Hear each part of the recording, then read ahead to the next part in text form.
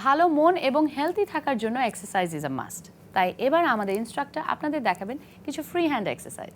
আজ আপনাদেরকে আমি দেখাবো অ্যাবসের কিছু ওয়ার্কআউট। সো চলুন দেখি অ্যাবস ওয়ার্কআউট।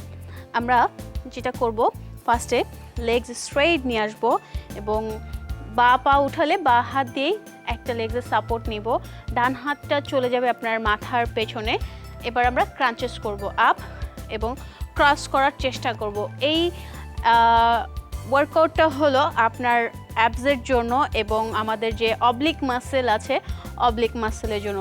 এক কথায় বলা যায় আমাদের ফুল অ্যাবসটাই কাজ করে। এটা আমরা 3টা সেট করে করব। এবার লেগ চেঞ্জ করব, ঠিক সেম করে অপোজিট সাইড ক্রস করার চেষ্টা করব।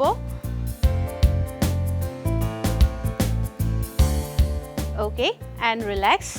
এবার আমরা আরেকটু ওয়ার্কআউট দেখব।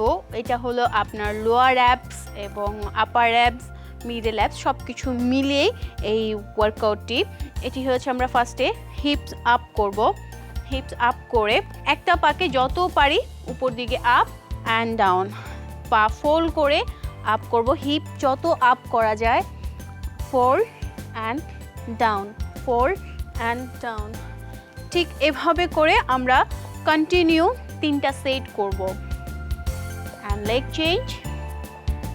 হিপ যত আপ করা যায়, হিপ যত আপ করা যায়, পা ফোল্ড থাকবে, পা ফোল্ড থাকবে অ্যান্ড রিল্যাক্স।